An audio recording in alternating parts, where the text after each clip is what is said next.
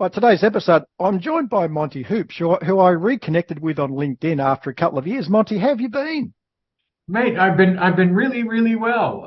Not so much today. I'm in Brisbane. It's kind of overcast and rainy, but hey, Monty, who's your ideal client at Preserver.ai? at the moment, I always think you should, start with a nibble before you go for a bite and jump into the deep end of the pool. So it's anybody who has one of these things, a mobile phone. Hey, that's great for the audio version too, Monty, showing his mobile phone, but he showed a mobile phone for us. So anyone who's got a mobile phone? Yeah, because whether it's allied health professional, real estate people, whatever, we're all professionals. We've all embraced the mobile technology, but often when it calls, it goes to voicemail, and voicemail is a death knell for customer service and demonstrating you care. How So many question, times have we heard, we value your phone call, leave a message, da-di-da-di-da, or as you mentioned, you're going to be talking to a bank later today, it's press 1, press 2, press 3, and we groan, and then they say you're number 20 in the queue. so question two then is the problem you solve is mobile phone and chat, waiting calls and everything else. What's the actual problem itself, Monty? It's transferring it from going to voicemail to going to a voice assistant that says, "Hi, Paul, thanks for calling." Now, if you've got is it a podiatry problem? Is it an optometrist problem? Is it what is it? And then it will come back and reply to you relative to what your conditions are. And there's two ways it streamlines that process. One, it's interactive. You speak in voice and it answers in voice back and forth. Sounds natural, not a problem. And in very short time, probably a month, you'll be able to actually have it in your own voice.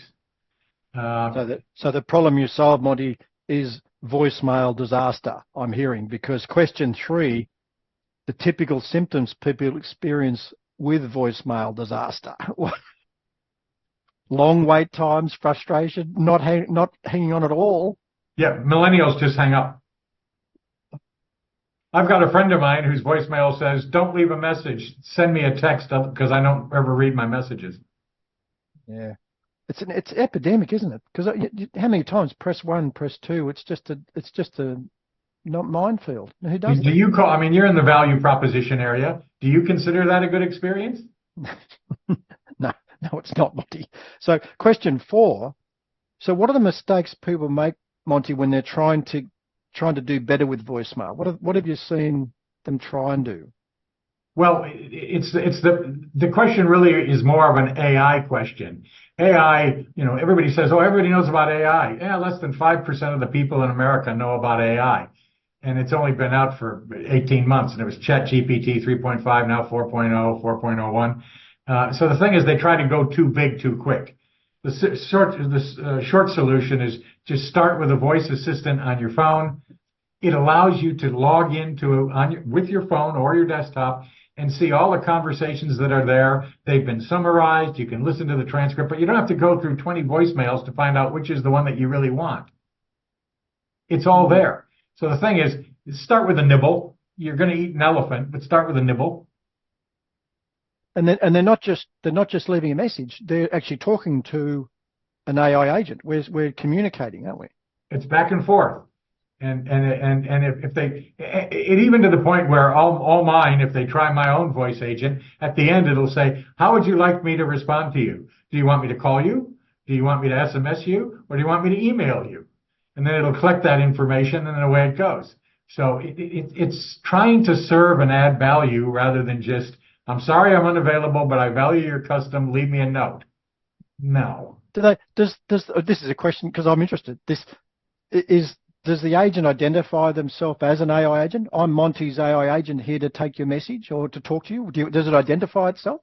Absolutely. You can script that in right to the beginning. So I can say, "I'm Tony Stark and this is Jarvis, and I'm going to answer you because Tony's out doing whatever he does with the Avengers." So you can start right out by saying, "Yeah, it's Paul. This is me. This is my agent, and have a best shot." I love it. Question 5. So what's a valuable free action, Monty? What do you think they should do to get started with this, or think whether it's even useful for them? Well, the short answer is I eat my own dog food, so I've got my own voice agent. So the best thing to do is ring my voice agent number and experience it for yourself.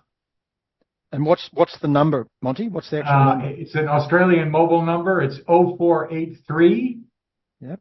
966 499. I'll read again, 0483 966 499, and they'll get to interact with your person. Yep. I love it. Because the other thing, the issue they've got is how much time. We wonder about how much time they're spending. So it might be worth their while too going back and seeing how many calls go to voicemail, or even how many hours their admin team are spending checking phone messages. Is that worthwhile? Yes. My feedback from clients we work with is that they spend too much time checking messages. And if the messages are summarized, and everybody that I've said says, hey, the transcripts aren't all perfect and this and that, but the summary is really quick. And I can scan through 20 and say, these are the ones I need to follow up with. That's one of their most favorite features. And you've got also, under this presentation, we've got a couple of links you can check out. Is it the transcripts? What have you got? It's real transcripts from my own voice assistant. They can go in and see who's called me, what they've done, what they've left, and the summaries. I love it. I don't worry about privacy. I got nothing to hide. All right. So they've got to go to 0483 966 499. That's an Aussie number, and check out how it works and see what you think. Mate, Yep. Final question, about a minute to go. What's the one question I should have that will give great value to the audience today? It's understanding that there's a two-tiered pricing to voice assistants. There's a setup fee, which is in the hundreds of dollars, not thousands. And then because the transcription service translates your voice to text and then it gets a text answer and then back to voice, there's an ongoing monthly fee, which is $100 or $200, depending on how many minutes of transcription you're doing. But also remember, the voice assistant is set up so it can work 24/7. You can set it up to do, if it's busy, go to voice. If it's unanswered, go to voice. If it's out of hours, go to voice. But if you've got a receptionist or a person that answers the phone, then they're going to talk to them. And that's a real human being is better than an assistant. But an assistant is better than press 1, 2, or 3, and we value your call. So we're effectively removing voicemail. So check it out. Go to Australian number 0483 966 499. Have a listen to have a chat with Monty's person, and then see what you think. And then under it, check out what it looks like and the transcription and things, and go from there. Yeah, they can actually log in afterwards and see their own conversations in there. I'm not hiding anything. Your health professionals are going to get into ChatGPTs down the track as well. Love it.